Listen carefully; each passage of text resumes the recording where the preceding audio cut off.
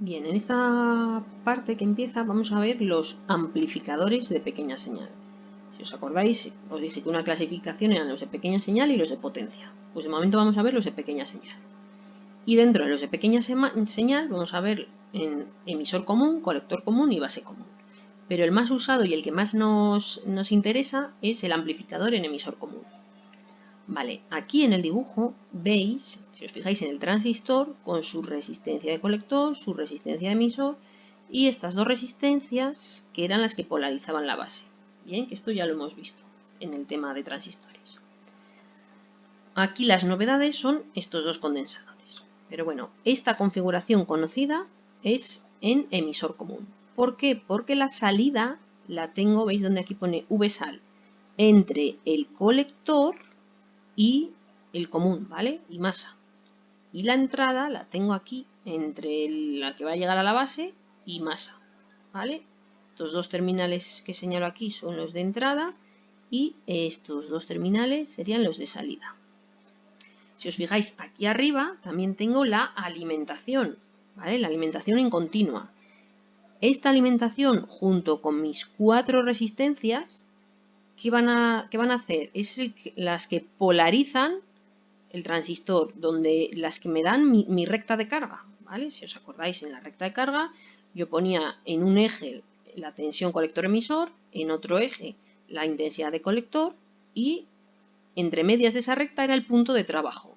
Bien, pues eso es lo que me dan la VCC, la tensión en continua y las 4 resistencias.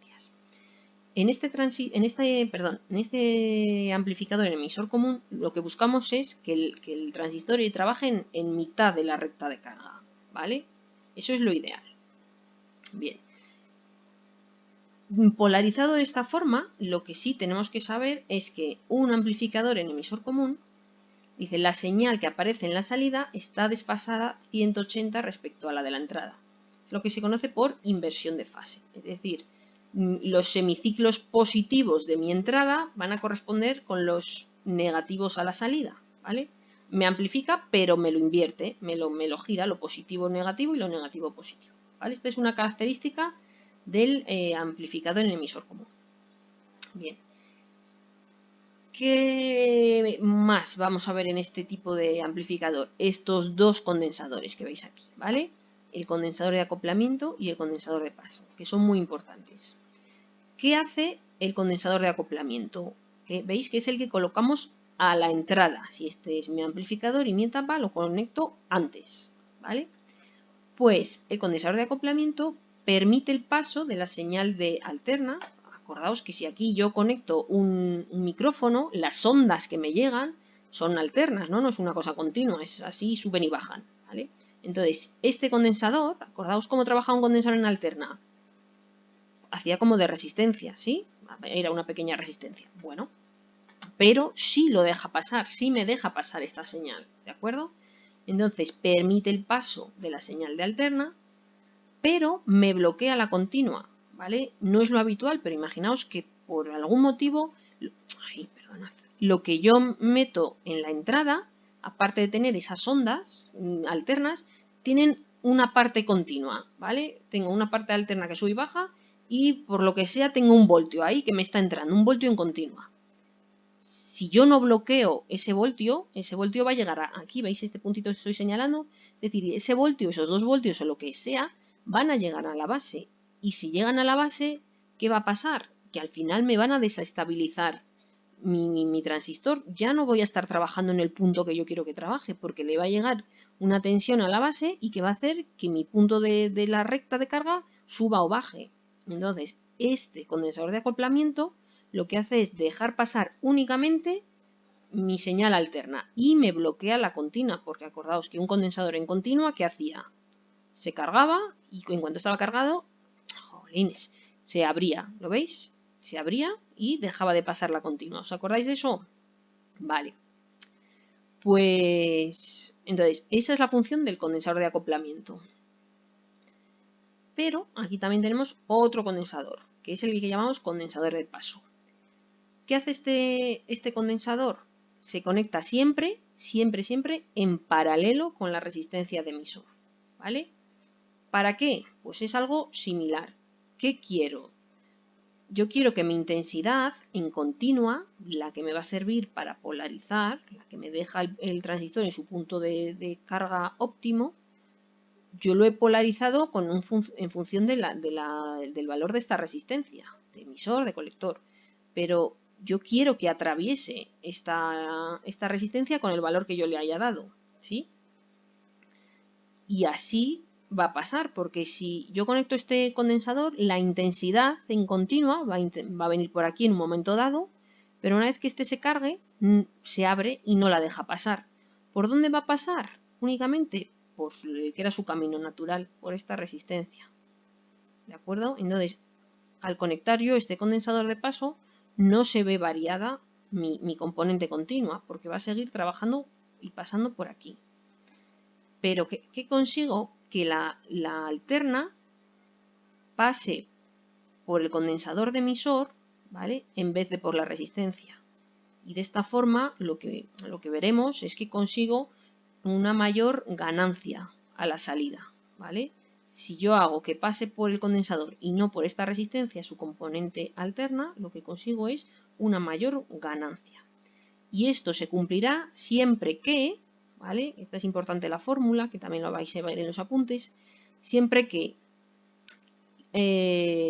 la reactancia del condensador, ¿vale? Esa XC, sea menor o igual que 0,1 por la resistencia. Es decir, tiene que ser menor o igual que 10 veces menor.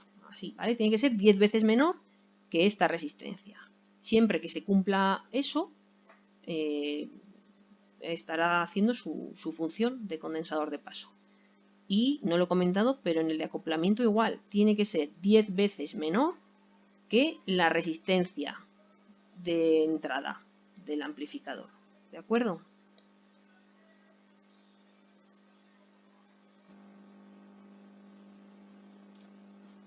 Aquí lo que vemos es un pequeño ejercicio, ¿vale? Donde lo que me pide es determinar la capacidad del condensador de acoplamiento. El de acoplamiento es el que ponemos a la entrada, ¿vale? Antes de la tapa amplificadora.